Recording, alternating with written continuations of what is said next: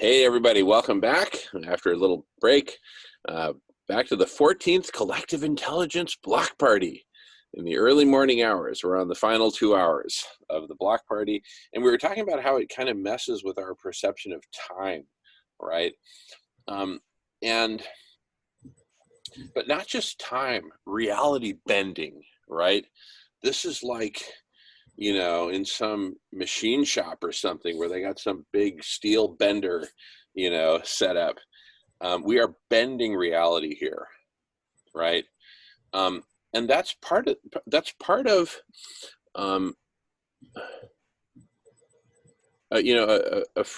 father of one of my best friends in college. We would hang out together at his house in Northern California. And he pointed out to me after getting to know me, he said, Jamen, I'll never forget his words. He said, Jamen, you have the power of concentration. And he said, with that power, you can change the world with that power. And so what we're doing here is we're bringing together and creating this collective concentration, right? And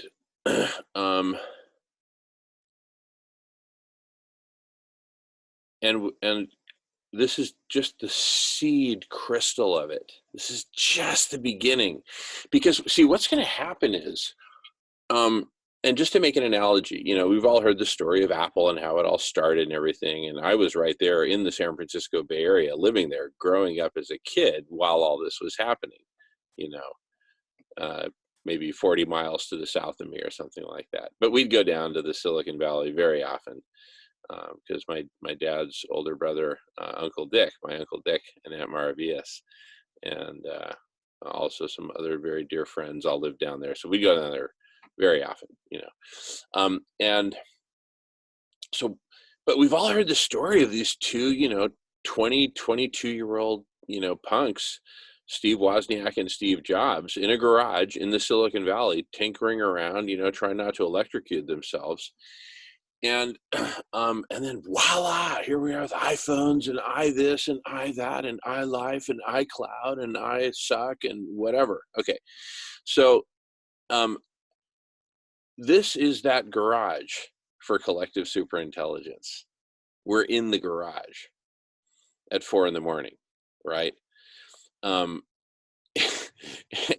so what's going to happen is when see this, you can't make this up. When we do the press conference, the singularity within the singularity within the Brooklyn singularity, right? When we do that press conference, it blasts out to the world. It gets marketed as the solution. And this is happening, right? Holy shit. And it's happening in New York. If it's happening in New York, it's happening, right? You can't fake it and pretend that it's happening. No. If it's happening in New York, it's happening. And voila, from New York to the world. And that's a well-established playbook, right? That's a well-established playbook. So, and the news capital of the world, however corrupt, however, you can say whatever you want about it, it's the news capital of the world, right? When I went to promote the cannabis legalization movement, I went to New York. I met with the Associated Press. I went to the floor of the New York Stock Exchange, Fox News. Hey, love them, hate them, whatever. They've got 38% market share, something ridiculous, right? America's #1 trusted news source. I went to Fox News, and you watch that interview, you'd think that I was a greedy capitalist Republican. As we say in Spanish, a como me tocan bailo, right? Depending on how you play the music, that's how I'm going to dance.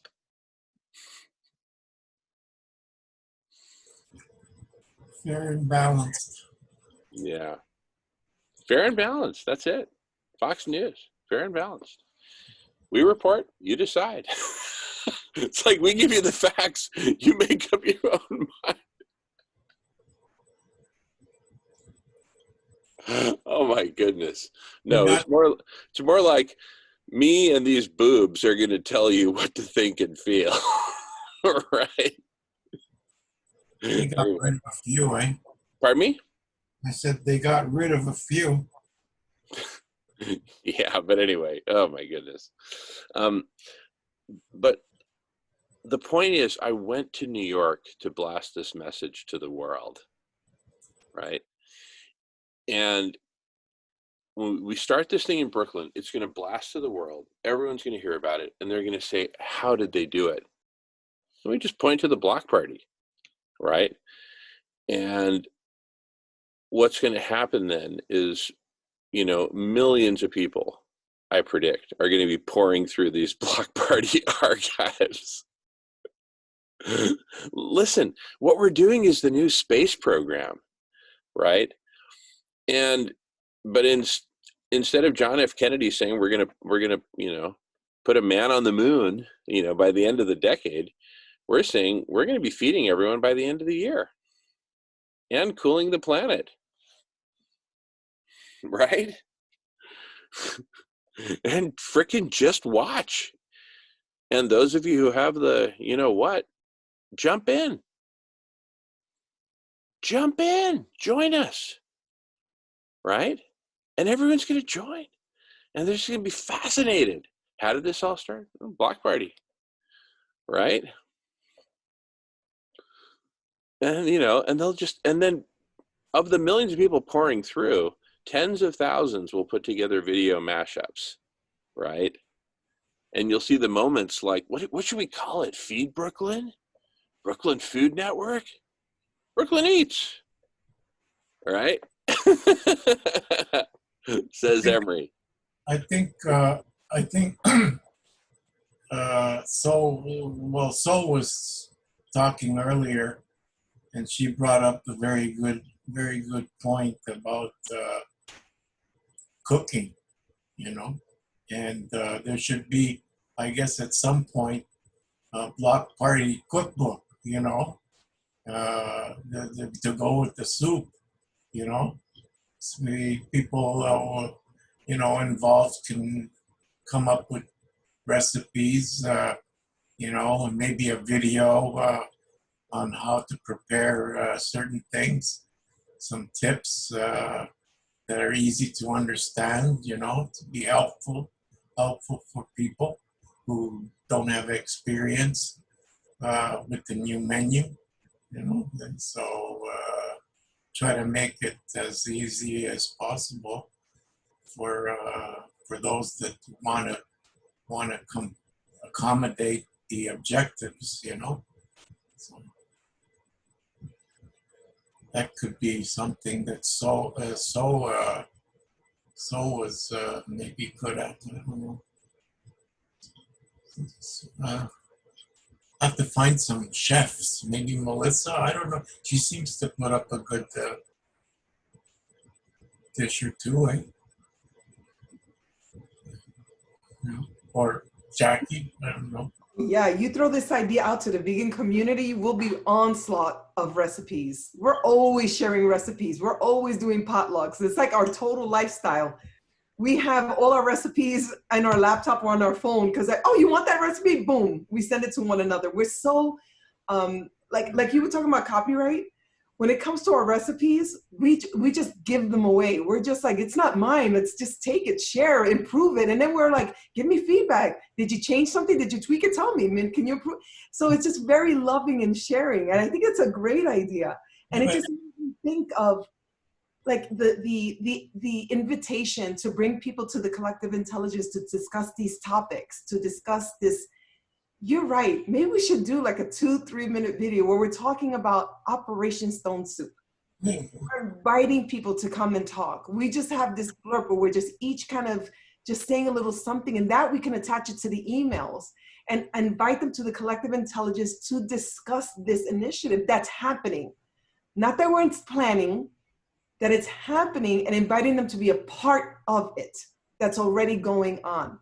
Come contribute, come make it bigger, come help us, get it faster, because it's happening, but it could be better and we can elevate it with your help. Yeah. That's good stuff, Jackie. Uh, you put it in a put it into a video would be the best. I kind of like to watch a video, before I start any kind of preparation for stuff, just to get the operation straight in my head and know all the ingredients and make sure I have everything I need. So it's good to have these things in a video. Not to say that a book wouldn't be nice also, you know. Maybe a book could be something that could bring in some donations or whatever, stuff like that. Or a CD, put it on a CD. I love the cookbook idea, the Operation Stone Soup cookbook. I just love the idea. Let's just call it the Stone Soup Cookbook. I love it. Now, because here's one of the great things about it. When you first hear stone soup as a kid, when you first sit down and you're sitting on the rug, and whether it's the teacher, your grandma, whoever reads you the story, you first hear the title, Stone Soup, right? And the first half of the story, it's all about apparently a big, pot of boiling water with a stone. What is the stone gonna like disintegrate? And there's all this like nutrition in it or something. As a kid, you're just like trying to put the pieces together, right? What is it? And so the cool thing about it is when you hear stone soup, you're immediately brought back to that first impression of eating something different.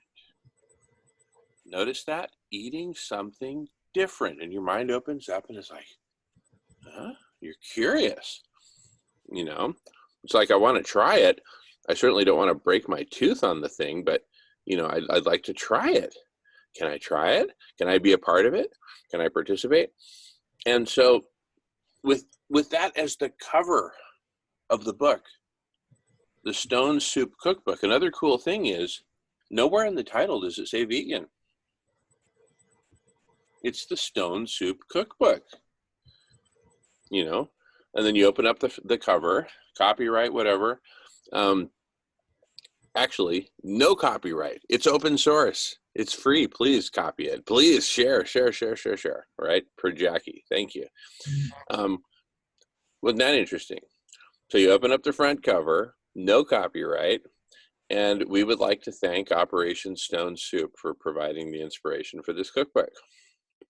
These are the recipes of Operation Stone Soup. These are the voyages of the Starship Enterprise, and voila. We're going to call it the Brooklyn Original. The Brooklyn, right? Brooklyn Eats. The Brooklyn Eats. Mm-hmm. When you described, when you gave the story, talking about the starting it off with a stone, and then bringing the carrots, and then eventually everybody brings in a little bit of something, right? But that's a great way of presenting it, right? That's a good story, and it's a believable story. It makes a lot of sense. It's very rational. It's a very rational way of looking at it. But there's also the other concept of, well, that's all I have. Just stone. And as sad as that concept might be, let's say, there was a time after the big earthquake there, and people were struggling. They didn't have much to eat, and they're picking up the small stones like the sand, and making like burgers out of it or whatever.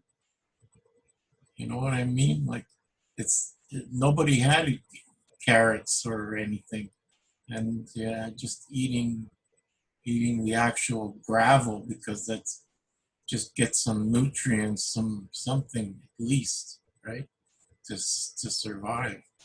And that's, I mean, the ultimate sadness in the story, you know. And thank thank goodness that, you know, you will have some carrots and a bit of this and a bit of that. But if we're not going to cool the planet, we ain't going to have those carrots, you know. Well, some areas might have some, right? But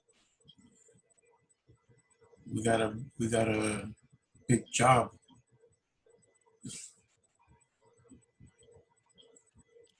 Big job.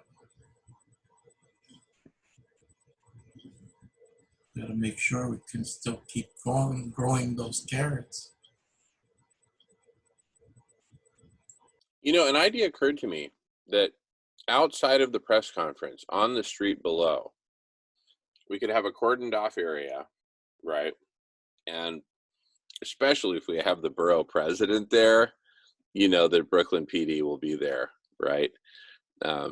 You know, protecting and all that. And so we'll have this big pot and we'll build a fire, we'll get a permit and all that. Again, with the support of the borough president, we shouldn't have too much trouble with red tape.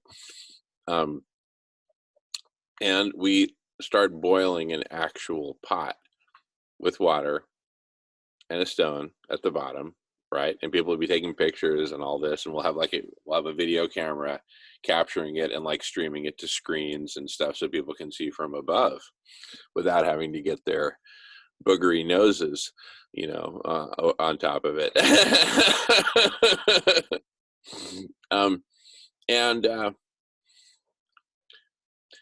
And then we'll bring out all the awesome ingredients, right? One at a time, and we'll announce, you know, the onions, the onions, the parsley, you know, and then we'll actually make the stone soup, and then with a giant ladle, we'll ladle out and serve everyone who wants to eat, and we'll have a big feast right there, and then we'll also then roll out in even larger quantity, and we'll just have to be creative, both artistically and engineering wise and, you know, food wise, right? But an even larger quantity, or maybe at that point they're already in buckets, you know, not buckets, but you know, things with lids, right, that we can then transport. We'll just find the best container on earth and just get, you know, a few dozen of them for the demonstration, right? And then imagine, you know, a sizable bucket that's going to a particular neighborhood or family, or I don't know what, and, you know, maybe it's several smaller buckets, so one for each family, so that way we have the appropriate distancing and all that good stuff. But then loading these buckets on the back of a bicycle trailer, and then the bicycle goes pedaling down the street to make the delivery. And we have a fleet of bicycles, and we put out a call to volunteers with bicycles with trailers to do volunteer bicycle deliveries to different parts of Brooklyn, as well as big trucks. So we'll have big trucks, we'll have bicycles, right? It'll look like Meals on Wheels. Oh, it's just going to be so awesome. You know, you were just talking, and when you were describing about the community gathering with the oversized pod, and as you were talking, I was writing the children's book in my head of the new stone soup story. And that's it, like telling it in a children's book and showing how it's truly going to be done.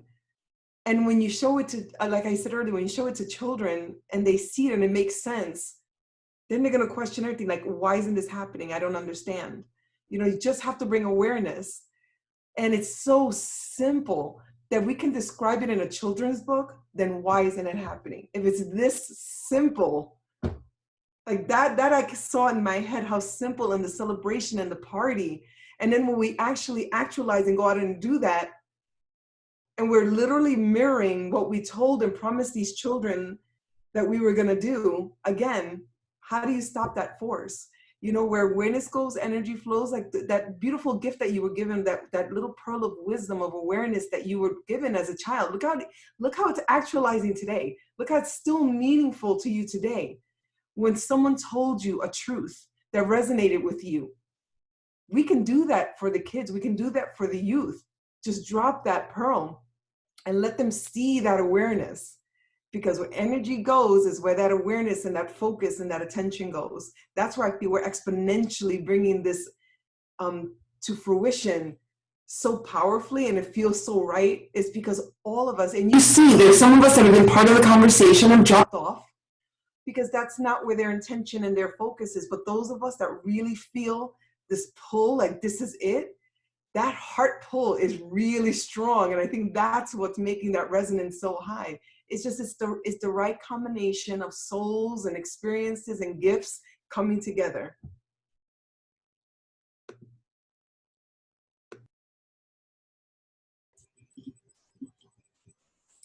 Yeah, people come together. Just wanted to add something, just some kind of a revelation here that, you know, as far as how wonderful the stone soup is, you know, I think there needs to be something more, you know, something more to the soup, you know. I'm just saying, we gotta find some other stellar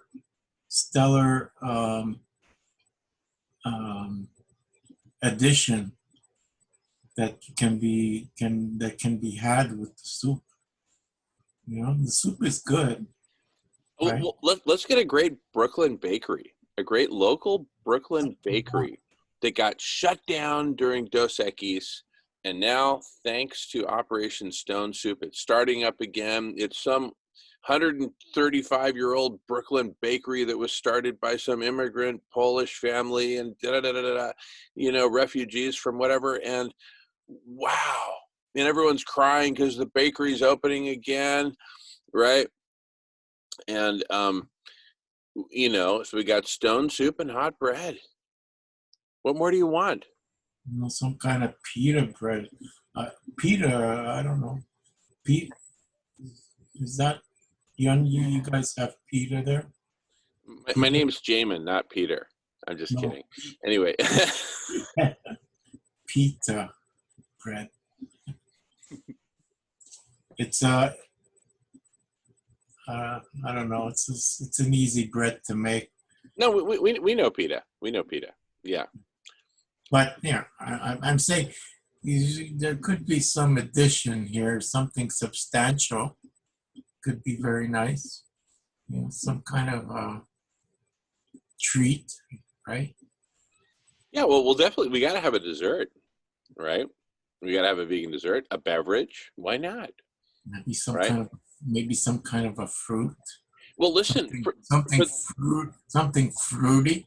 Well, listen, yes to something fruity, but let's also have, you know, I'd say 2 different kinds of smoothies. One green, one kind of pinkish. And the green one is like your, you know, your power greens and all that. And we'll have the giant Vitamixes going, just, you know, pour it out fresh, boom, seal it, and we'll have everything very visible. We'll probably have like a giant wall of plexiglass separating the media and the cameras and the snot from the super sanitized kitchen inside, where you see all this stuff happening. We'll have a demonstration kitchen, you know, which is already a proven successful concept on documentary, reality TV, whatever, you know. But this is going to be the Stone Soup Kitchen, right? The Stone Soup Kitchen. From Soup Kitchen to Stone Soup Kitchen. Hey, listen, no time like the present. Why don't we stop recording this video and do a separate video where we just practice inviting the world to participate. Hey, here's Operation Stone Soup. and we'd love for you to participate, and here's how. And voila. Mm. Still working on my coffee, James. All right. Well, let's postpone feeding the world until Emery gets his coffee situation worked out.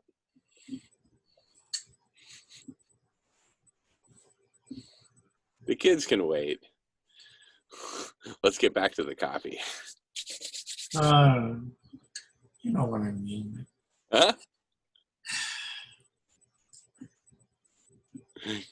It's the brain thing. It's a brain thing. Early morning thing. Yeah. Well, anyway, I mean, look, it's me and Jackie who are on camera now anyway. So I'd say we could just, just kind of bounce back and forth. And then, Emery, anything to say, you just jump in and say it like you always do. Right? Sorry about that. I have a tendency at this hour. No problem. And listen, it's all practice. If we don't like a give and take of the video, give and take, we do another take, right? See, that's one of the cool things about the block party, actually, the 24-hour part of it, is that at this point, we know we got to be here for the next hour and a half. No one's going anywhere. So it's like we get creative about what to do with the time, right? By the way, I tried streaming the block party on the Facebook thing that they opened up just recently. So it works pretty well. The only thing is, when you do post it, when you post the room, right? I could share the screen of the block party, but there's no real interaction possibilities. People who would watch from Facebook, they wouldn't be able to interact unless they are aware of the fact that I also posted a link to the block party itself. So the Zoom link is associated with the post where you are streaming the block party. So you know what I mean? You could come in, you could look, you can listen for a while, on Facebook and have the invitation, and there's the link to join the party at Zoom, right? So that's all you can really do. There's no real interaction possibilities with what they have set up so far. But it's a good little feature, It's a feature which I'm sure they will realize that they need to improve it, because you can't even record what's going on. There's no chat. You can just see each other on the video and interact that way. What feature is this on Facebook? Is this new? Yeah, it's like very new. It's you can set up a room, and when you go to your stream, you're gonna have the option if you want to open a room, and you'll be able to see your friends if they have opened a room. You can send out invitations to all your friends, and you can also send out a link. You can make it so that it's available to the general public. So no, you don't have to be a part of Facebook to be able to use the link to be able to see it on Facebook. Whereas before, you had to have a Facebook account before you could see anything that's happening on Facebook. Now you send out this link, people could come in from anywhere and use that link to, interact. So Is there a limit to how many people you can 50 people, 50 people. Oh, I see. But the thing is, you could have anything playing. You could share anything. You could prepare a video as an invitation or whatever, and then you could speak over the video or at the same time. So you'd have to experiment with it. I only tried it I tried it 2 times to see what kind of control I had over it. So I have to try it a few more times to see to fine tune what you would do on it.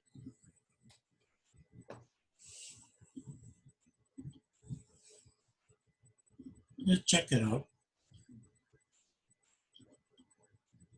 Oh, Jamen, just FYI, Thomas Jackson agreed to come on the Divine Feminine too.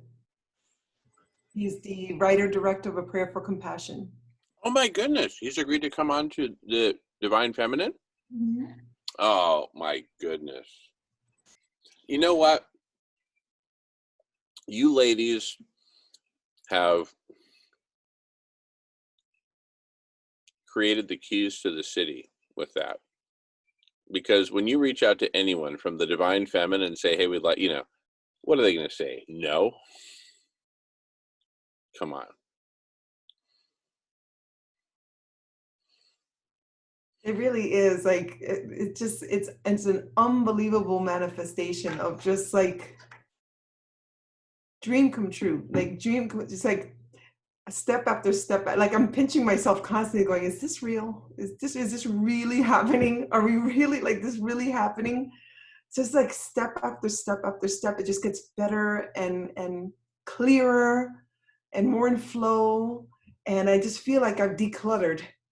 Like I've just evacuated all that doesn't serve me anymore. And I just said, universe, I'm ready. Just fill me up with all the goodness that we need to get done out there. So I just feel like I just cleaned house and made space. And all this light and beauty is coming in. And I'm like, what? Like, what? This is really happening. It's amazing. It's absolutely amazing. Well, just make a short inventory of the cool stuff that we're cooking up here in the kitchen on the block party. You got Operation Stone Soup. You got the Brooklyn Singularity, right? You got the press conference. You got collective superintelligence. You've got cooling the planet via SRM. You got the block party itself. You've got vegan collective intelligence, that we all co-founded together, co-created. You have the K-Mama app. All this is an outgrowth of all this work that we've all collectively been doing, right?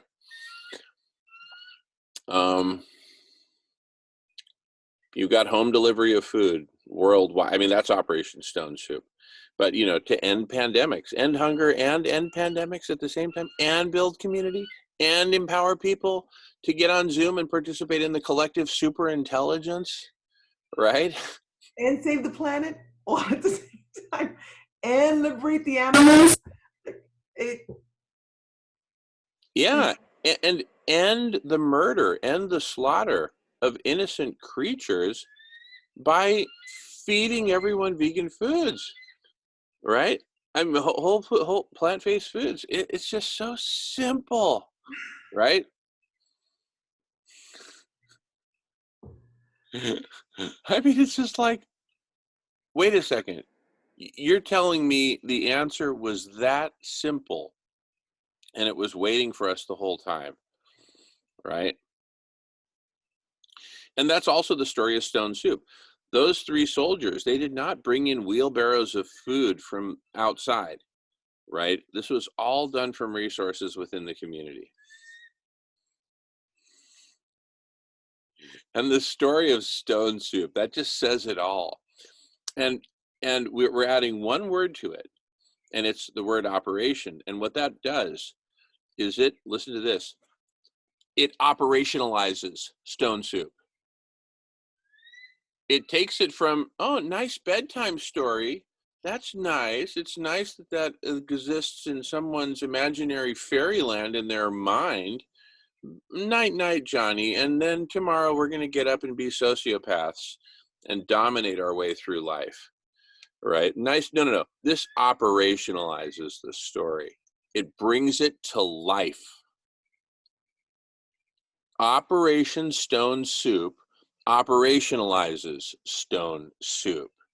It brings it to life. Here, have a bowl.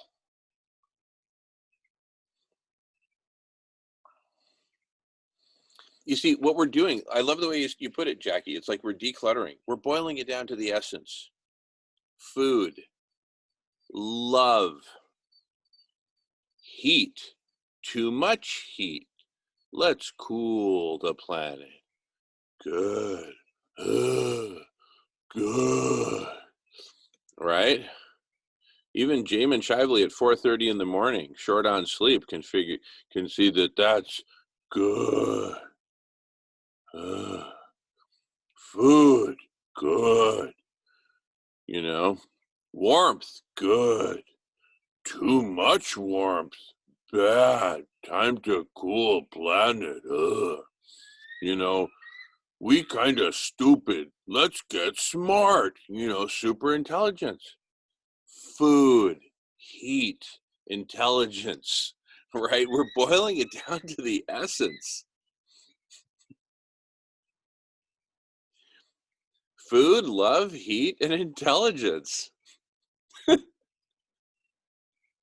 Yeah, I love that because when you really do like declutter and break it down to just that, all the arguments, all the fodder for the arguments, all the fuel to maintain those arguments and legitimize them goes away. If we just stick to it, doesn't matter what questions you have, it doesn't matter. We're going to feed people. No matter what you say, you think that it's going to contribute to more laziness, you think it's going to contribute to more poverty. Okay, we love people and we're going to feed them.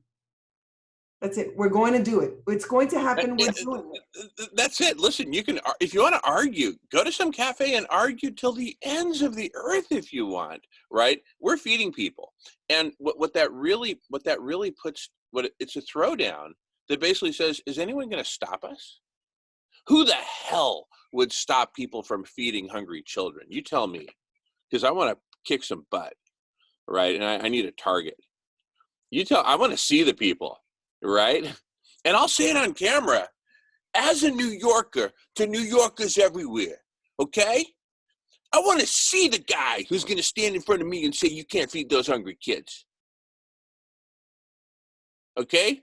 Because me and about 12 million other New Yorkers are going to come down from our apartments and kick the mother bleeping asses. You want to see a fight? Come to New York. And bring me the guy who's going to stand in front of us and say, you can't feed those hungry kids. Because me and 12 million other New Yorkers are going to come down from our apartments and kick some whoopee. And that's the throwdown. What, some skinhead going to show up? I'll beat the shit out of his ass. Problem solved. You know, fuck it. There's the throwdown. Who's going to stop us? There's the throwdown. You know that block party that you described like after? It should be the 2020 Black Veg Fest. Because it's been postponed. It should be the what? The Black Veg Fest. It's postponed. Yeah. It was in August of last year, but it's been postponed. Can you imagine if we launch a huge block party and invite all of them coming down the way they did? They already have clout in the community. They already have credibility in the community. So imagine that it's a celebration launching right after we do this.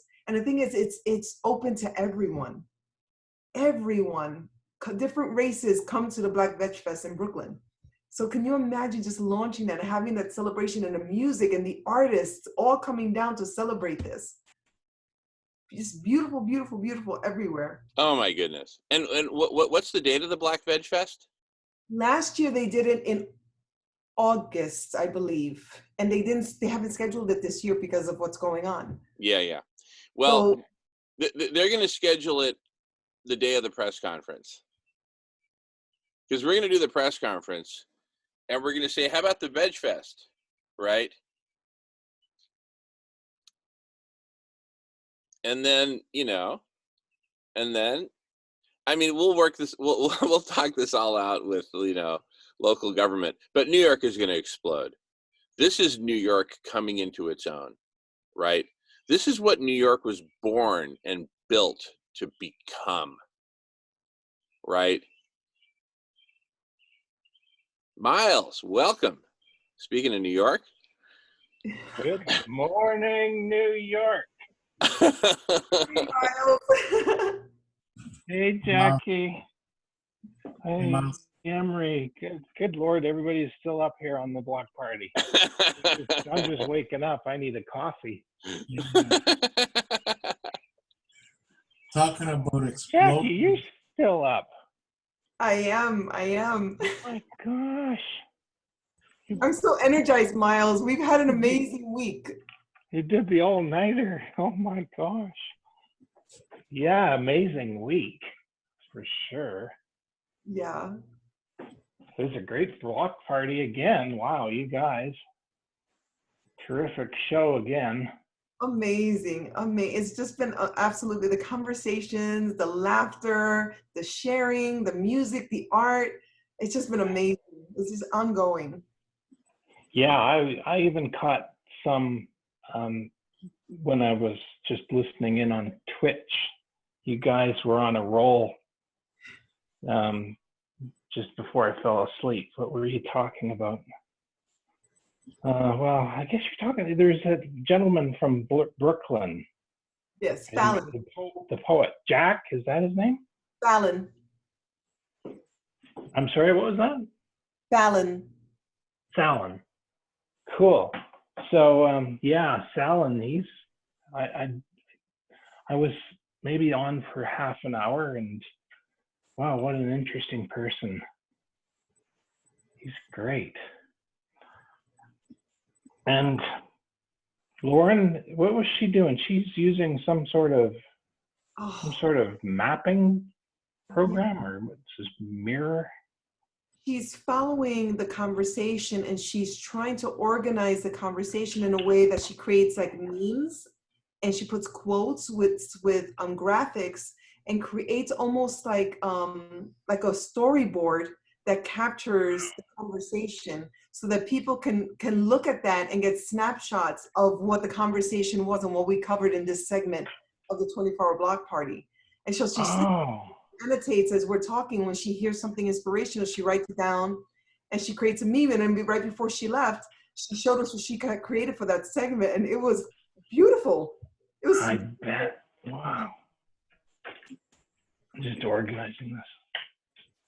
That was Miro, but Miro. Okay. I couldn't get on. I couldn't get in. Me either. I couldn't even set up an account.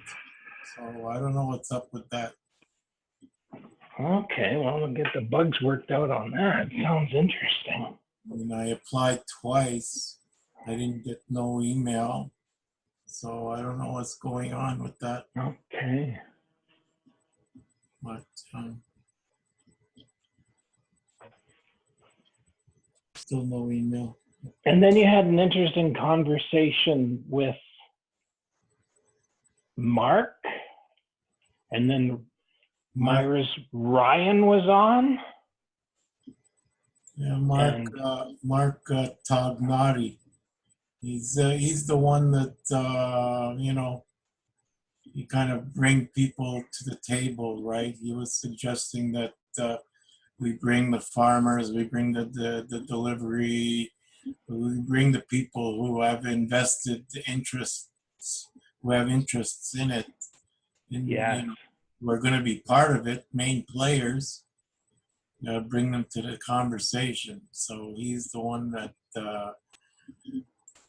brought that into the conversation as something that needs to be worked on. Good idea. Yeah, but I think he's really on board. I think he's more on board after today. Well, see, here's the fascinating thing. Even 12 months ago, if you had told Miles, hey, Miles, we got to get the farmers together with the food distributors, with the rest, Miles is immediately going to start thinking, all right, we're probably going to need at least 6 months in advance. What are we going to do? Send out snail mail invitations, right? All this stuff, because we have to get them all into a physical place, right? Because that's how we do things in Calgary, Canada, and New York City, and Montreal. You name it. That's just how we. But today, it's like when you say, "Oh, we have to get the farmers together with," it's like, okay, when's it? What, Tuesday? What time? Boom. I'll send out the link. There's no travel. Travel is obsolete. We're now living in Star Trek 1968. We are living. We're teleporting. We're beam me up, Scotty. Beam me up there. The other thing, though, a year ago, I wasn't even aware that we had an issue with agriculture.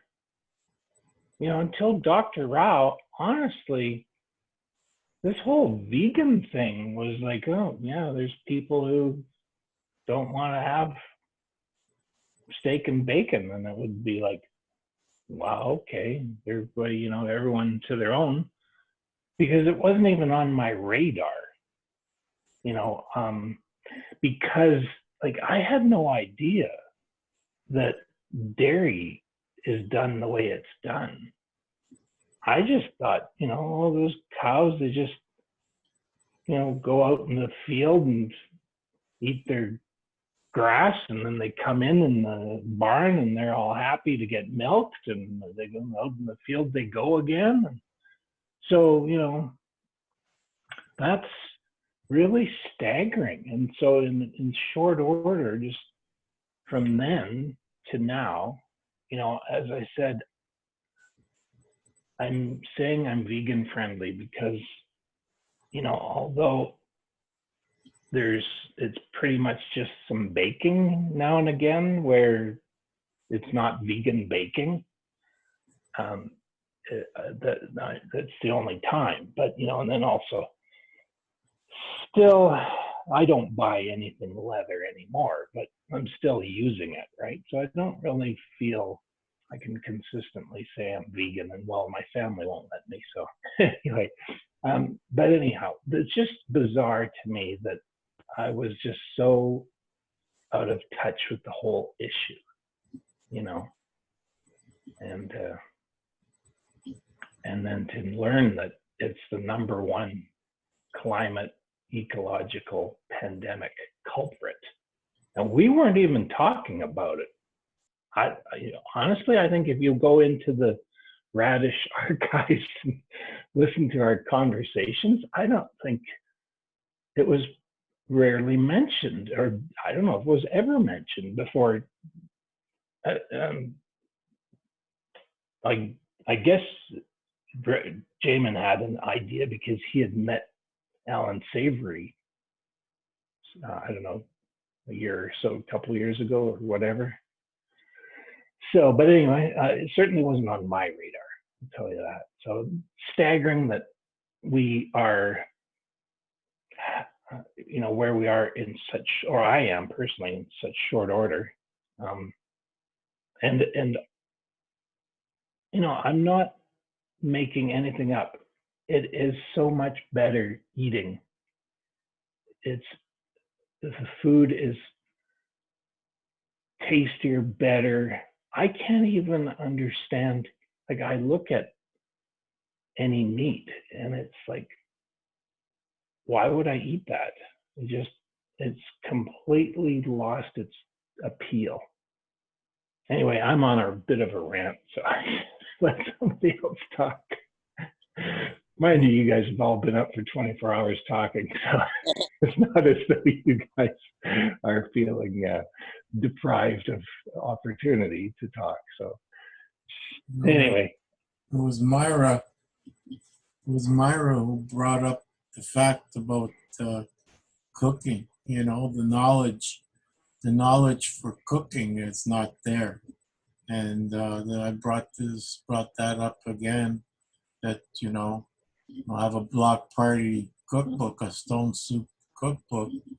Oh, cool! Yeah. Where it's going to be all laid out step by step and have good recipes and easy pleasy, well explained. And I want that recipe for that chickpea burger, or what kind of bean was it? Garbanzo bean burger. That looks so good. I've never heard of that approach to making a bean burger. So anyway, yeah, that stone soup recipe book. It'll be great. But here's the really cool thing, everybody, is, once we come up with that perfect burger, that's where we break out Miles's cement mixers and we just start cranking them out by the tens of thousands. Yeah. You know what? Listen, there's 2.6 million Brooklynites. Why the hell can't we make 2.6 million burgers? We might need a couple dozen cement mixers, but shoot, let's get it on. You know what I'm saying? What are we waiting for? It's just amazing because, as I briefly alluded to, one of the big discoveries was how much easier it is to cook vegan than dealing with we bought some groceries now. Not everybody in the family is vegan, right? And I'm not pushing it on anybody, but we're certainly, and my wife, I must admit, she always has known that, it's better to eat plant-based. So even before this, I kicked in seriously about it. She is already feeding us quite healthily, but nevertheless, meat is still on the menu. So we bought groceries and we bought a pretty big order. And for whatever reason, the store threw in a free turkey. All right, so we did cook this turkey, and I often clean up and such. And I thought, what a mess this, dealing with a turkey is. And, there's grease and, the mess that you have to contend with, as opposed to, as you said, you can make these delicious looking burgers that Myra put forward last night. And I was like, wow, I gotta have one of those. Look delicious. And there's no need for the freezers, the refrigerators, and you don't need to be concerned about cross-contamination. If you bring in a turkey into your house and you're, stuffing it or, preparing it, thawing it, and you got the liquids coming off of the thawing bird, and that's contaminating your kitchen. And Dr. Bernard, he says that it's the liquid that comes off of the chickens that goes onto your kitchen counter that is responsible, that they know, because they can trace this, it's responsible for 80% of the urinary tract infections. None of that happens if you're going to be making bean burgers and salads and, serving coconut ice cream. Well, here's the thing. If I'm not interrupting, Miles, No, go ahead. as I hear you talk, you know, it, and you think, you objectively look at the barbarism, the violence of eating our brothers and sisters, and you say, how could that be, right? And the answer, in my mind, is very simple.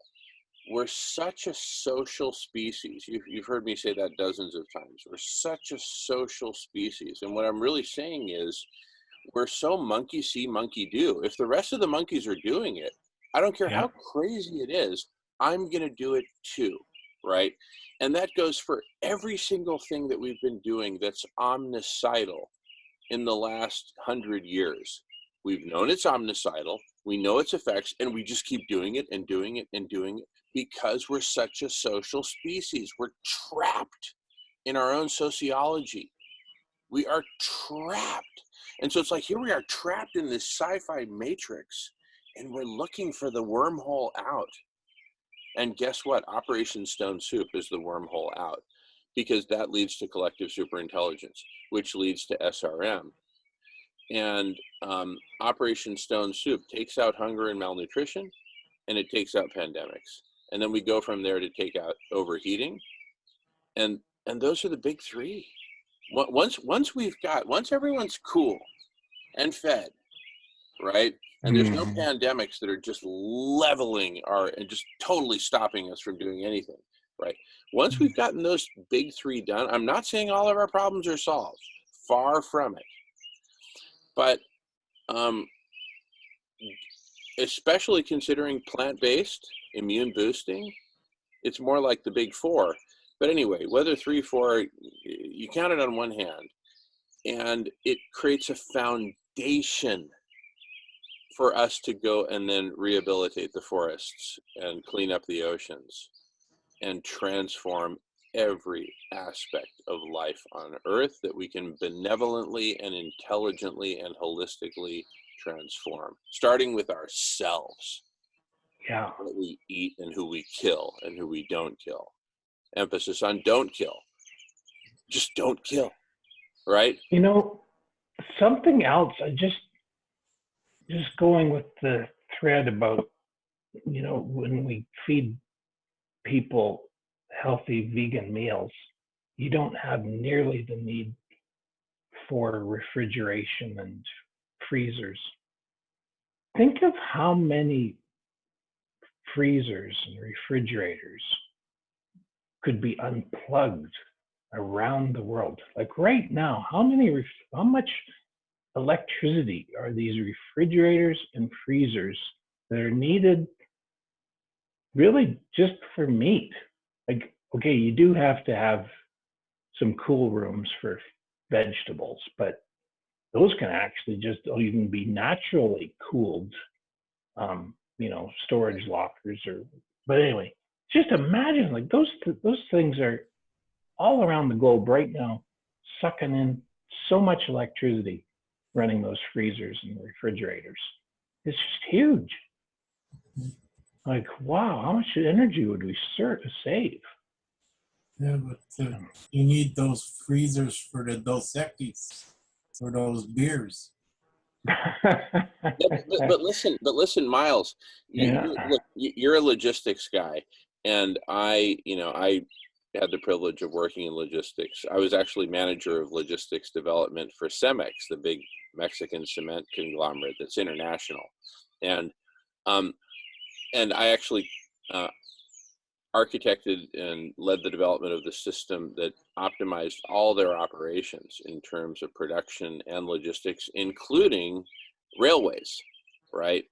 We had all modes of transport: truck, railway, and steamship, all three major. And then within truck, we had bulk and we had pallets, and the whole, a really nice mix.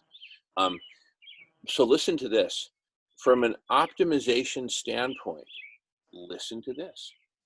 So we're harvesting produce in the field, right? And we take that produce from the field right into refrigerated trucks.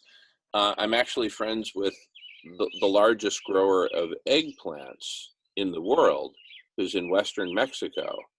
And he and his family took me and friends on this big tour.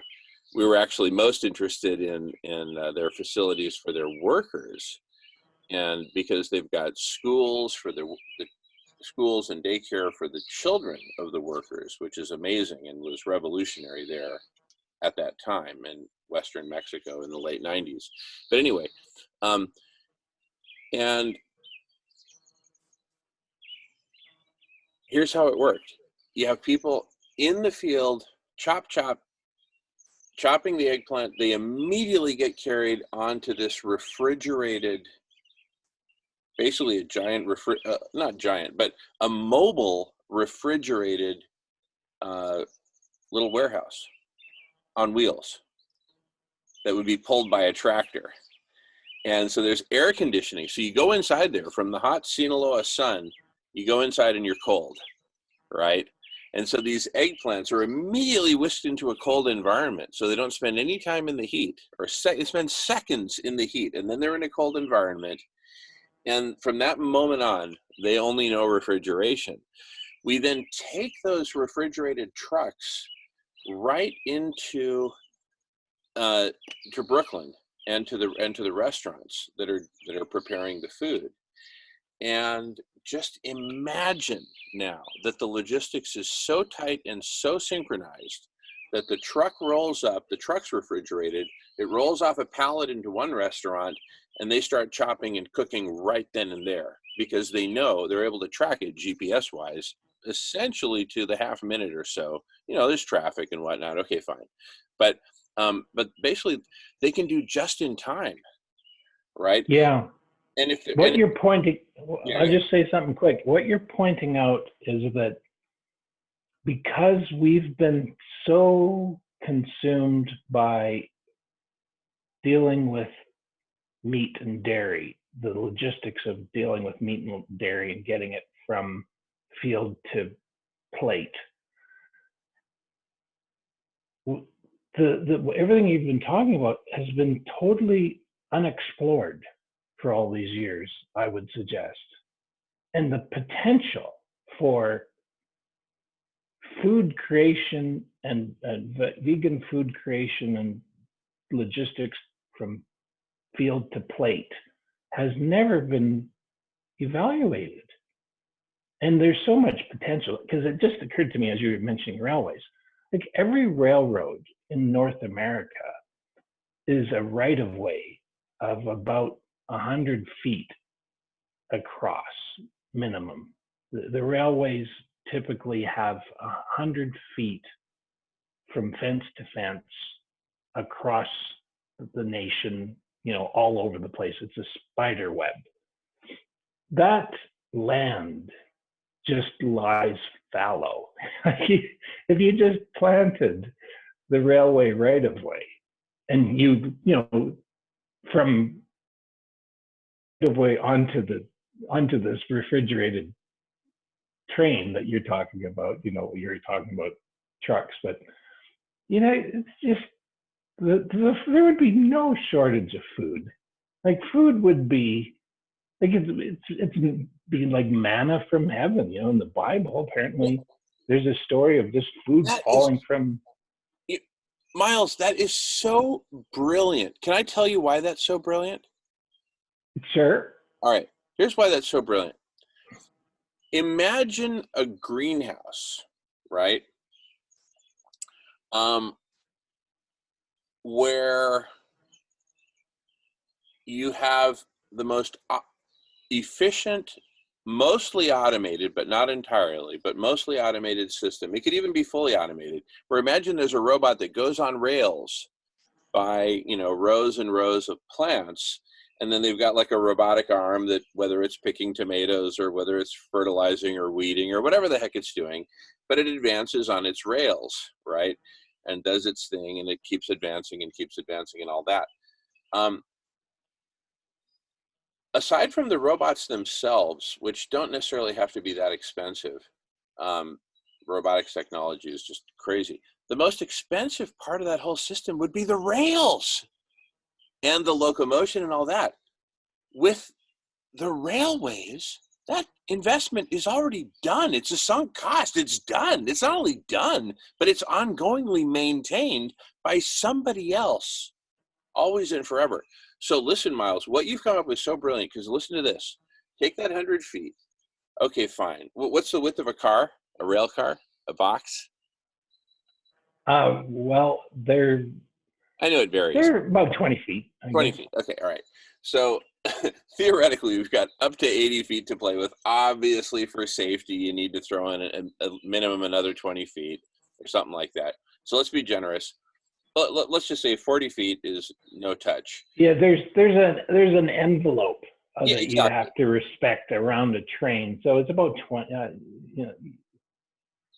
There's a clearance envelope that has to be respected. But call it 40 feet wide, right? Just call it 40 feet. That leaves 60 feet of cropland, right? Times, hundreds of thousands of miles, right? And it's a lot of acreage, right? But here's where I was getting to. Listen to this. With the rails as a fixed cost, ongoingly maintained, thanks to Miles and Company, right? We now create a specialty car that can cruise along, and whether it's fertilizing, watering, whether it's weeding, whether it's planting, because listen, at that point, all you have to do is worry about it is a robot arm that can telescope out, do an operation, Electronic eyes, I think, what do they cost? Like pennies now? I mean, electronics is just because it's so miniaturized and automated, right? The thing about it is it could also it'd be light rail. You could use, it's not like you're hauling, and I guess wheat is pretty heavy for sure. But yeah. Anyway, forget that idea. Yeah, we'll get to that. But just with railways alone, because of all the space, like you're saying, that's the real, opportunity. The thing is, though, we really have to. It does come down to a spiritual question and consciousness raising question, because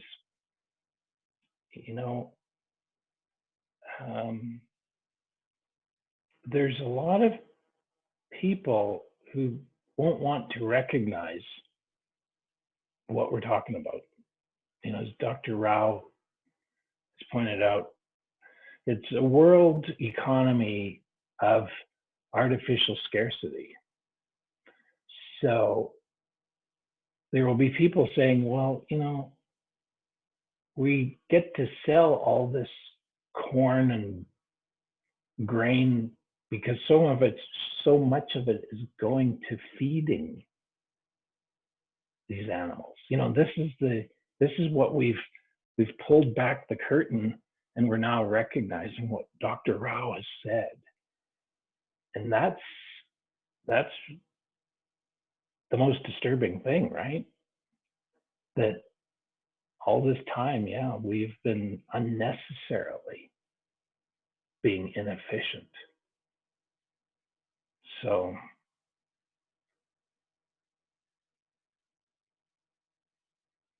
it does come down to everybody has to say, okay, what's most important? The dollar making outrageous amounts of money, in this game of monopoly, allowing people to profit, basically by an obfuscation at a minimum, that any of this was ever necessary, right? But somehow we got onto this eating animals, I suppose. Where it occurred, I don't know. It wasn't in North America. It wasn't in North and South America. It was somewhere else. And then it just spread for the past 10,000 years. Anyway, I digress, but I thought that was important to say. Yeah, and the thing is, see, back to the eating animals thing and how we're just such a social species, and it's all driven by that.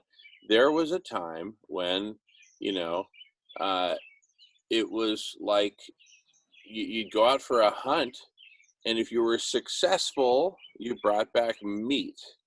So success equals meat. And now you're the hero, and they were kind of hungry because you were gone for a few days, and they were hungry when you left. And now it's just like a feast. It's a celebration. Turn on the music. Let's celebrate and eat the meat, right? And so it became, and then, you know, you look at the Asian countries, right? It was like, you know, pork was something you'd eat on like in a festival or a wedding or something. It was like, ooh, salted pork. Oh yeah, yeah, yeah. You know, and so it just became this thing of celebration.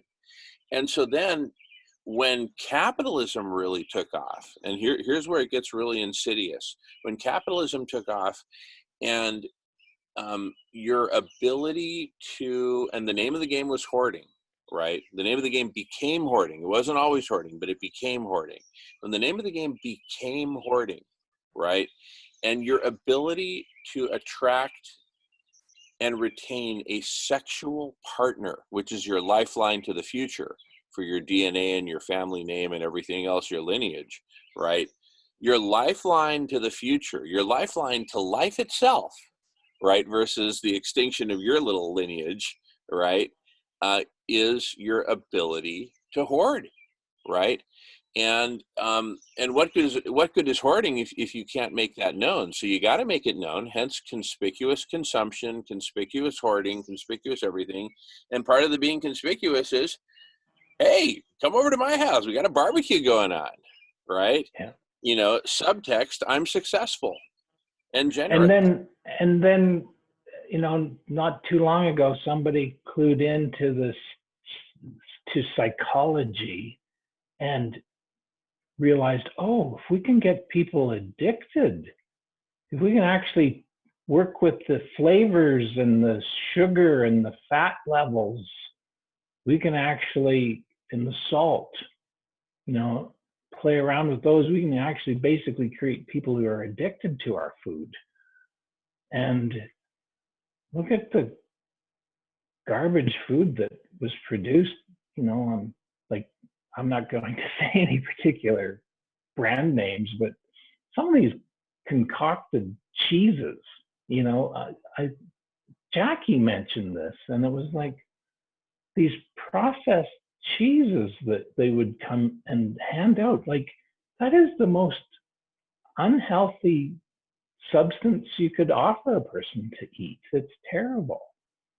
You know, so anyway, back to you, Jamen, because it's this hoarding and then no, more is never enough attitude in the system that we have, and it's like monopolized, and we've allowed even seeds to be monopolized now.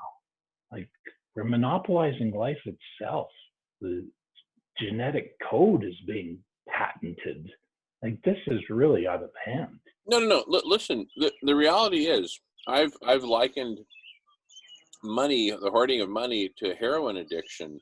You have In my, you know, a psychologist once told me, who really knew what she was talking about, that it activates the same receptors in the brain. Apparently, that's a scientifically established fact. Money and heroin, sex. So it's such powerful stuff. It's so powerfully addictive that we're basically a bunch of heroin junkies, you know, going around. Some of us are just totally strung out and out of our minds, like Bill Gates. Like I've said, he's the biggest heroin addict in the world. His particular flavor of heroin is the US dollar, right? To the point that he wouldn't even entertain a conversation about feeding emaciated, starving children, right? And with what we're talking about, with the efficiencies that we're talking about with food, we're basically talking about, you know how, like, there was a time for most of our evolutionary history, water was something you had to be very careful with. Fresh water, fresh drinking water. You don't waste that stuff, right? And now we've got it. You just turn a tap and it just flows. You bathe in this stuff. Just douse yourself, right? Forget about sitting in standing in an iron little tub, a steel tub, and conserving and taking a cup like we would do in rural Mexico, right, where there was no running water, right? You're careful with that stuff. Anyway, just like we've now got water on tap, we'll essentially have food on tap. We're going to make it that efficient. We're going to have very true tap. And here's the thing.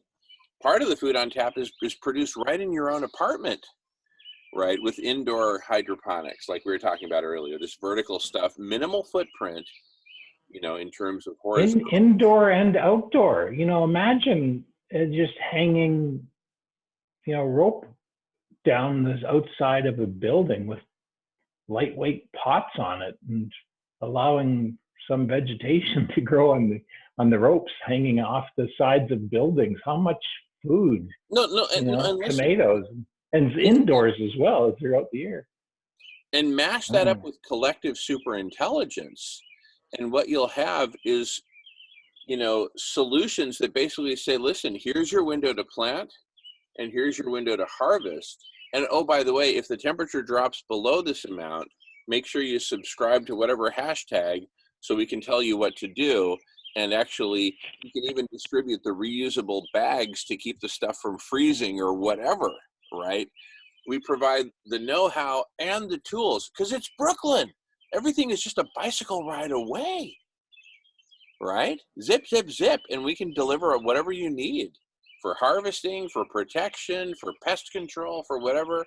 That's 100% organic, 100% eco-friendly. And what's going to happen, see, part of what's in it for Brooklyn, listen to this, part of what's in it for Brooklyn is this whole thing is just going to spawn this exponential evolution in hydroponics, in community gardens, in permaculture management, and everything from products to services to know-how to procedures to dates to this and that and everything else. And also what are going to spring up is all these specialty service providers. And the cool thing is, if we can get this to be 100% volunteer and money-free, if we actually filter out the poison from the stream, right? Money is a poison. Thank you, Adam Soul, right? Money is a poison. So if we take money out of it, make it 100% volunteer-based, 100% donation-based, and some farmers get really inspired and say, I contribute my land to the cause, right? Boom. And then and between that and the railways and everything else, and you've got a lot of rail that feeds New York City. So you can imagine the scenario. You've got a specialty vehicle on the rails, right? A tiny thing, could be electric, battery power, electric or whatever, and it's just cruising along, doing its thing. And when it's harvest time, it's harvesting, and then right behind it is a refrigerated car, right?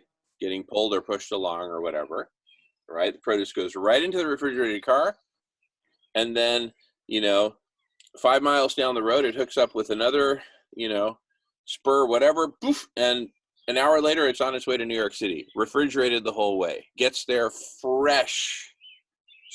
Couldn't be fresher. Could not be fresher. And then it goes right to the restaurant, chop, and it's virtually food on tap. Fine, it has a couple, stops here and a stop there and a stop there, but it's basically flowing. Come on, it's flowing. How cool is that? How cool is that? My goodness. We're going to redefine food. We're going to redefine and redesign and optimize the food networks to feed everyone. And you know what? We should do a cartoon from the future. Looking back, in the year 2030, a kid asking his mom, Mommy, is it true? They told me that before 2020, they let people starve. Oh, honey, it was so terrible. I don't even want to think about it. I'm so ashamed. I'm so ashamed, you know, that I was this, 10-year-old Hitler youth when all that stuff was happening, right? And I just thought they were what pretty flags, it's like a cross. It looks like it's a, wheel, so it was just like so fun. And we all felt so proud to be German, you know. I'm just so ashamed, but thank God those days are over. Now everybody eats, I was just thinking, there's there's an office park that they started to build, and with the downturn in the economy, they just stopped the construction. But they did build. They had poured with concrete these elevator shafts. So there's the foundation, and it's concrete, and then there's these shafts for the elevators that stick up probably, well, it's probably an 8-story building, or at least 5. It's not a high rise, but it's a pretty sizable building, it would be. But I was thinking, there's this piece of property partially developed, and just thinking those ugly concrete elevator shafts, they could be turned into hanging gardens.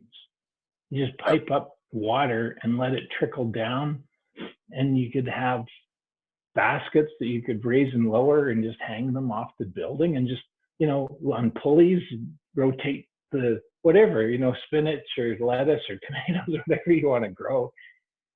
Anyway, in Brooklyn, would there be old buildings that you could say, well, let's take that and convert it into a hanging garden with pots of all sorts of different fresh vegetables? It'd be artistic as well. It'd beautify, maybe some old building that hasn't been torn down yet.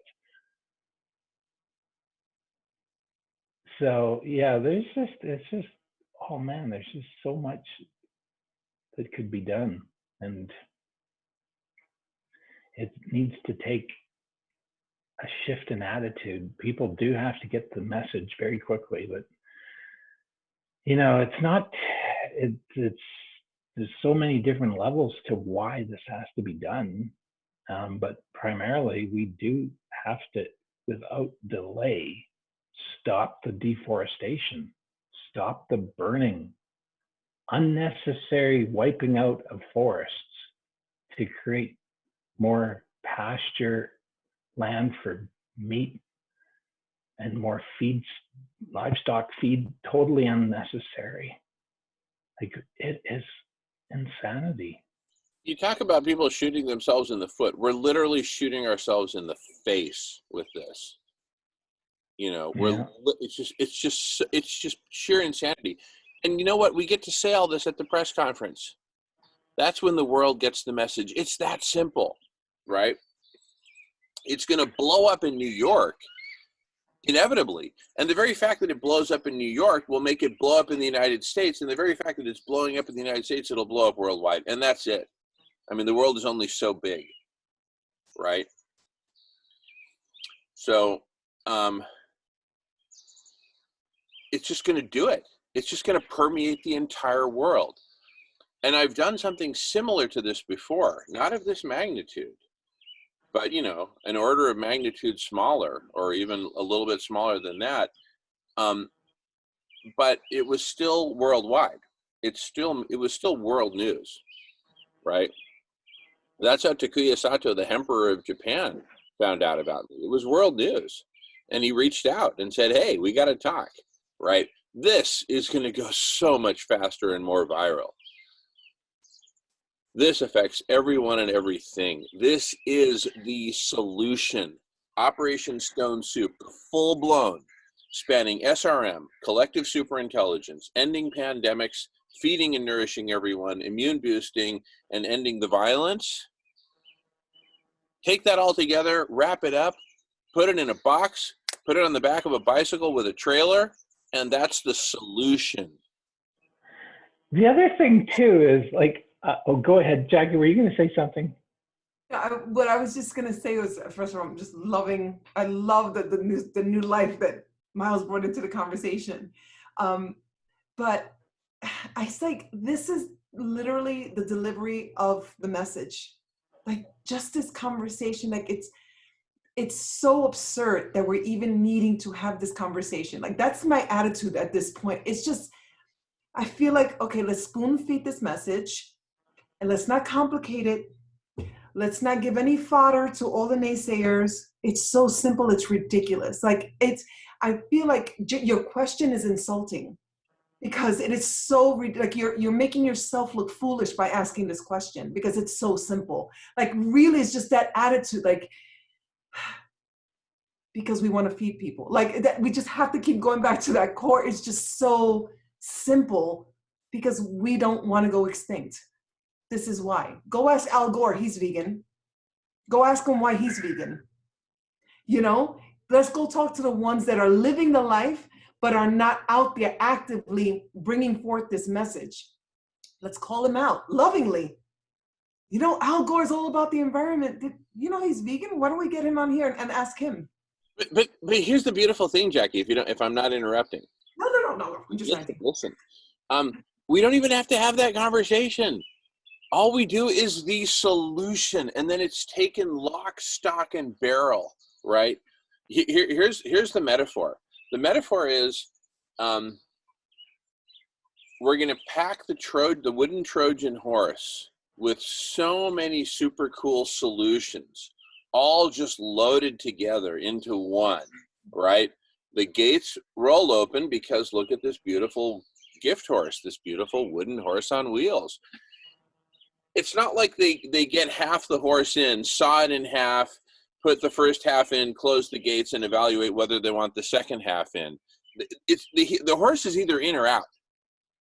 And when we do the throwdown, and I say, listen, I challenge anyone on this planet to get in my way, because I'll get you out of my way.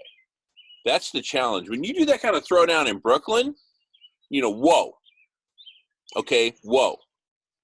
It's public, it's worldwide, it's happening, and the world knows about it, and it's basically in or out. At this point, I'm on my knees, proposing to the world.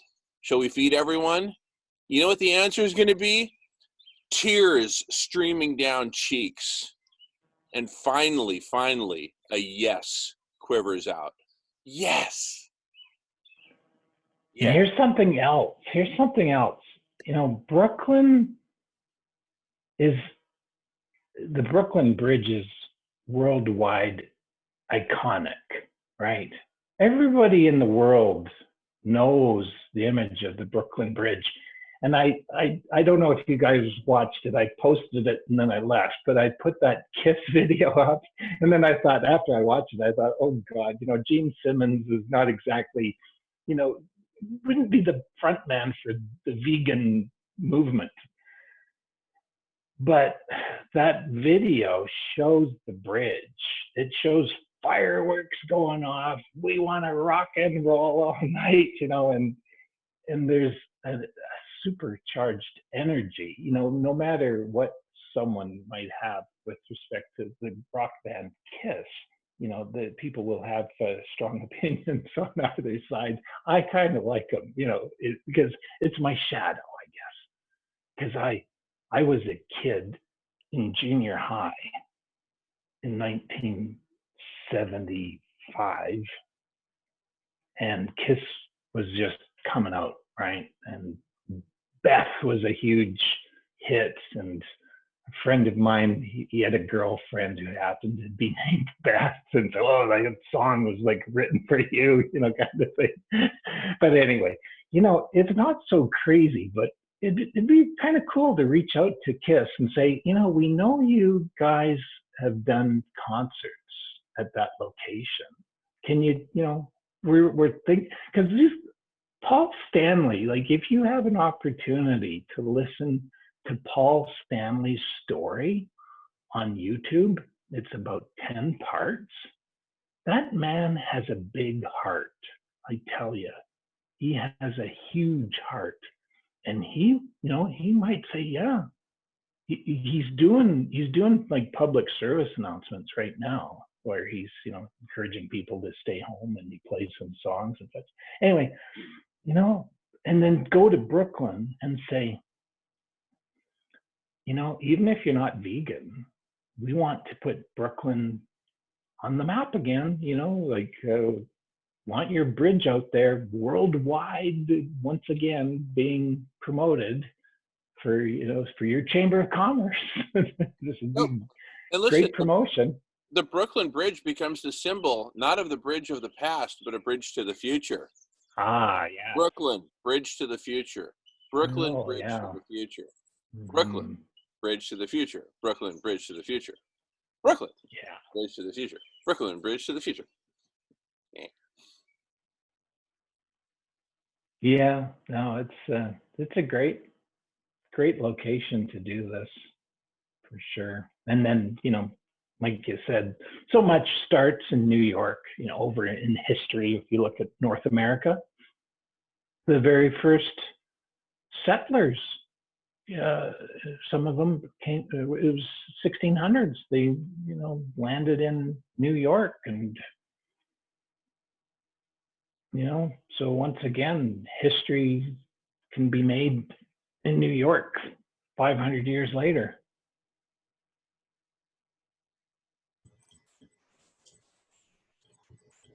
Hey, check this out.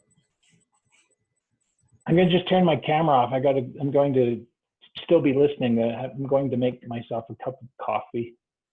So keep talking. Sounds good. Thanks, Miles. Yes, Emma. Visualize this. Mushrooms go nuclear.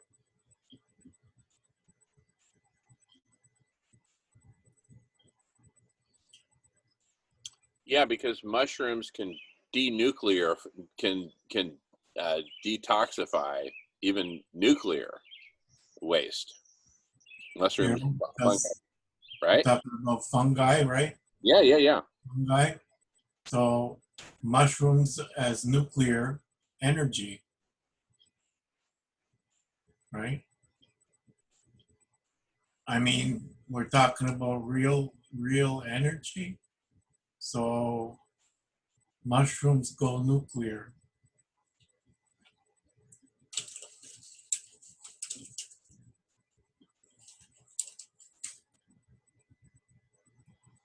Because there's nothing better than mushrooms. Mushrooms and onions, they go really well together, eh? I mean, there's a lot of combinations with mushrooms that you could make. It's kind of like a key ingredient, It's like a miracle ingredient. I love the focus on the mushroom. I think I just associating it with a weapon, I think is just the juxtaposing it with the word that's associated with a weapon. I just think, and I see the message you're trying to bring across, and I visualize, and I'm just trying to think of another word that captures that visual that's not associated with war or weapon. Does that make sense? That crossed my mind too when I was thinking about it, but maybe like say mushrooms for peace. As a visual, like a mushroom cloud, but Shankar, what? Shankar, good morning, guys. What? Morning, This is called Shankar. second wind. And listen, I'm just remembering from the first block parties, it would be like me and Shankar and like a couple other people, and we'd be like, "Hey, Shankar, are you still awake? Yeah, are you still awake? Yeah." Yes, I remember. It was like we were just propping each other up, right?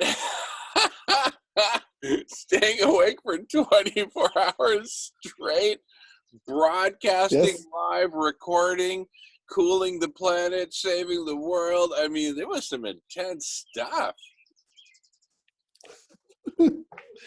Wow, yeah. I think I was online, I was hearing, but my phone battery drained and I fell asleep in the middle of the day. No, but look at how far we've come. You join us now. We're almost at the 24-hour mark, and we're just going strong, right?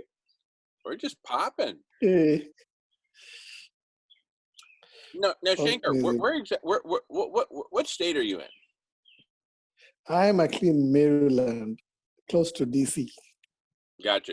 Okay, so it won't be too terribly far for you to head up to New York when we launch. Yeah, it's 4 hours from here. Perfect. Awesome. Shankar will be there. Woo! We're planning a major press conference that's just going to become the #1 story in the world in Brooklyn, New York. Awesome. Wow. Launching Operation Stone Soup. Amazing. Feeding everyone. Sure, I will share a word to the other vegan groups that the New York has lots of vegan groups and lots of grassroots organizations.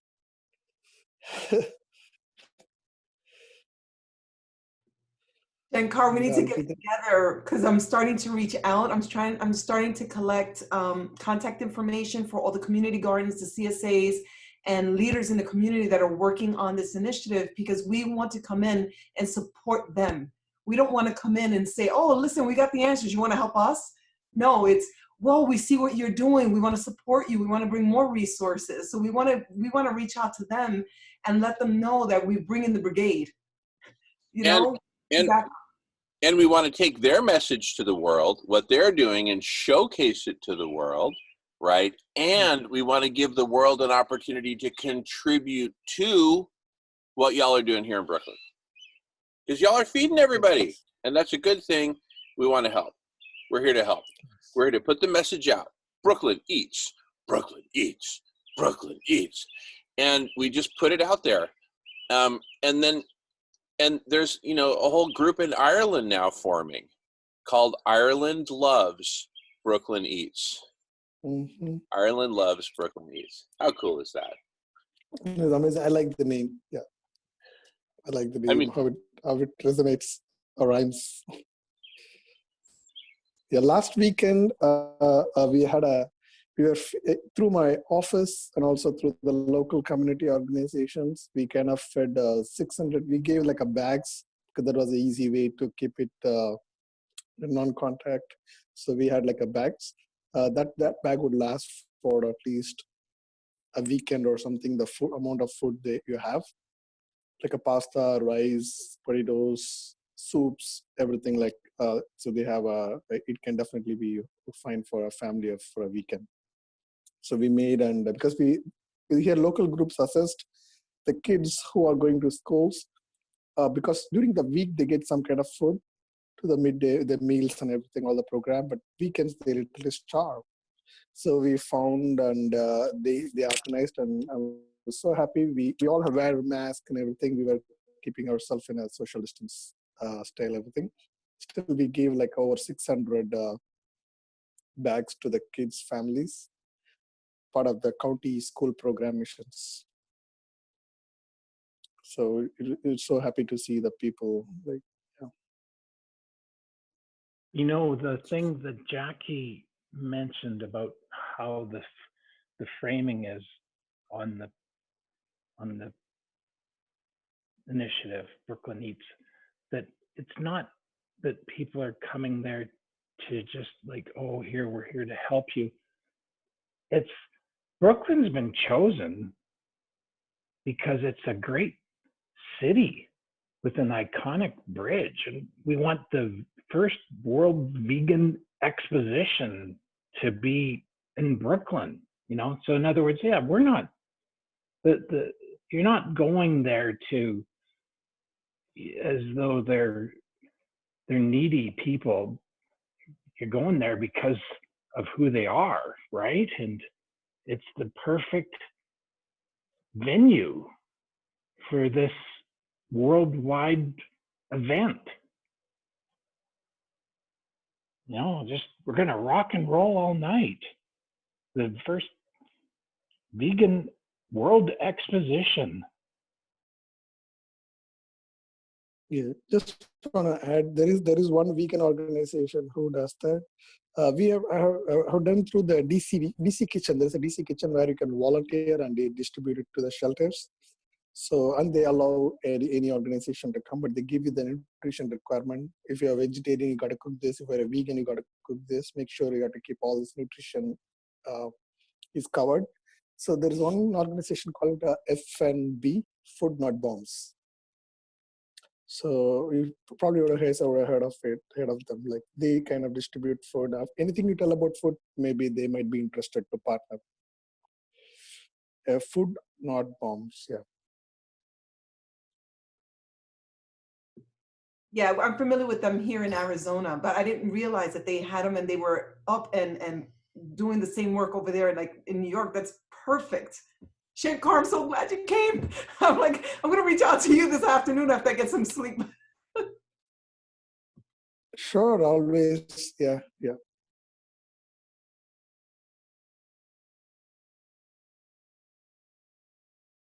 No, and there's gazillions of food organizations out there, right?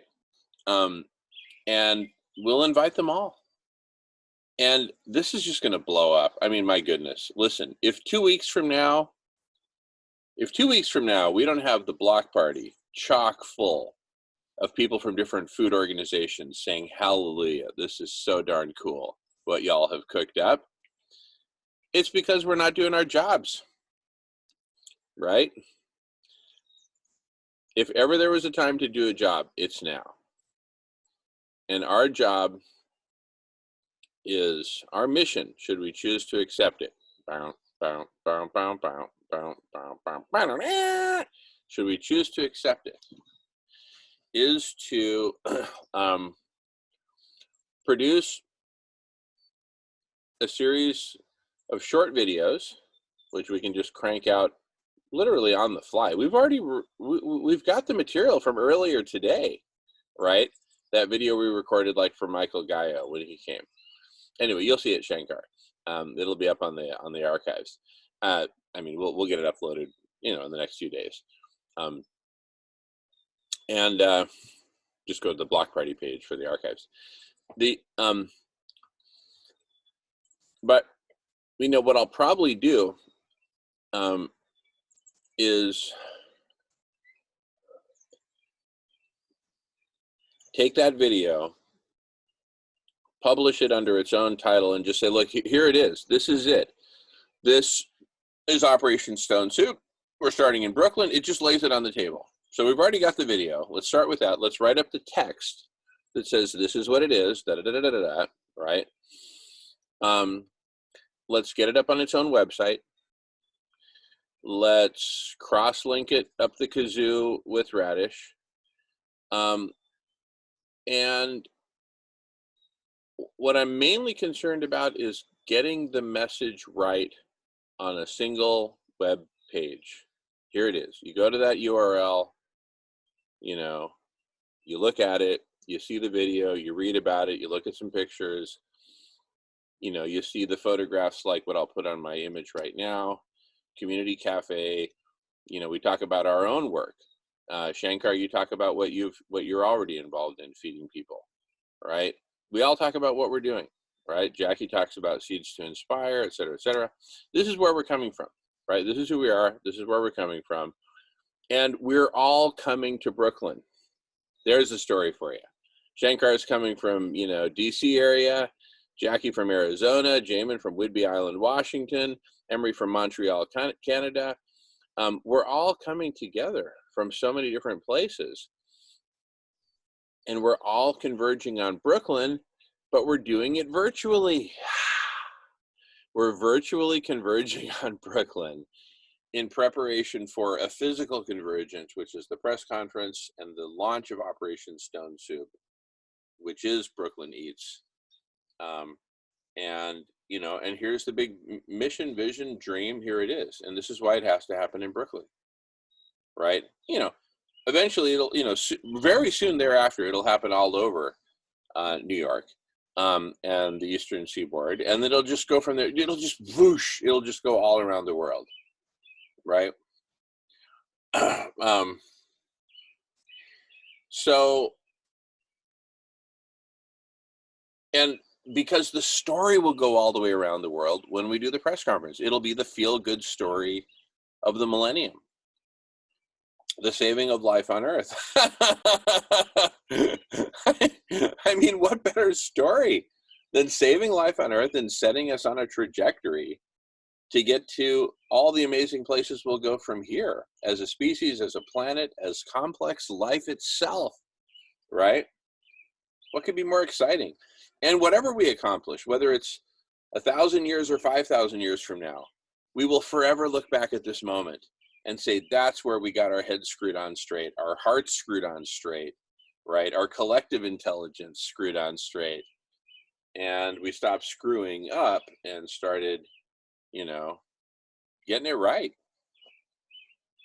right? Creating a world of love and compassion and healing, right? Cooling the planet. I mean, it's so basic, right? There's so many vegan entrepreneurs. Hello, hello. Well, guess what? We get to break out of the insane asylum and go do this.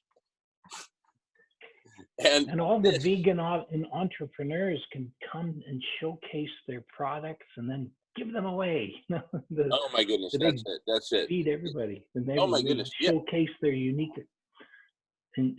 ingenuity, and wow. they'll be, and it's the growth industry, right?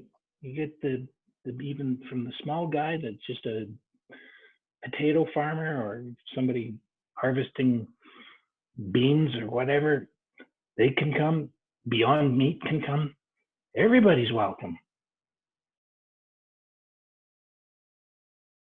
Totally, that's it. Beyond Meat will probably sponsor it. They'll probably provide 1 million burgers or something like that. I would if I were them, right? So why the heck not? Let's do it. And we need to bring some vegan bodybuilders to the press conference.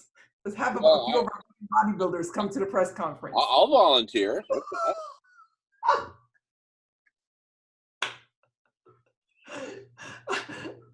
Thanks for the offer, but I was referring to my friends Robert Cheek and Vanessa Espinoza, but Lillian Aguilar, these are people.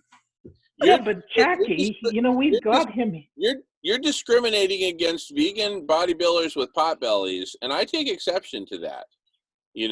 With vegan bodybuilders with man boobs and pot bellies, and I'm taking exception to that, because for me, what's really it's much more PC to say, look, all bodies are beautiful, including Jamin's. Jamen? Yeah, that's true, but we can also get you working out. You're here for 24 hours. We can have you on a treadmill, pumping iron, and you will be there as the bodybuilder. Yeah. See, Jamen and Jackie, we can say 6 packs included, backpacks included, family packs included. In my case, I'm bringing a whole kegger. I got a kegger included. Heck yeah, from 6 packs to keggers.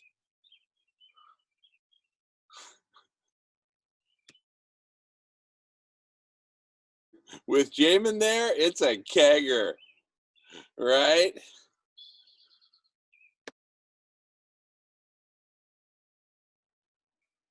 We haven't been booted off of Zoom yet. Is that still going to happen? God knows we keep trying, but no, they haven't booted us off yet. Okay. If anybody gets booted off, you just have to sign back on. Oh, I'm really glad you mentioned that. You know what? We're about to get booted off. Hey, everybody, when we get booted off, just come right back to the same link. Thank you so much for mentioning that, Miles. Because literally at the 24-hour mark, they literally just kick us out of the room. It's just it's automatic. They don't let people go for more than 24 hours, right? Because there aren't enough groups like us who go for more than 24 hours. They think, there must be some sort of mistake. There's no way they could be going for more than 24 hours, so automatically cancel the meeting, right? We are the community that broke that trend, that that that forced Zoom to go for longer. But anyway, just make sure you find the link. It's on radish.org. You can't go wrong. Block party, same link. However you got here, just come back. Because yeah, it'll boot us in like a minute. I think it's literally like a minute from now. It's gonna boot us a minute or two. And then when we come back in quickly so we can do the countdown.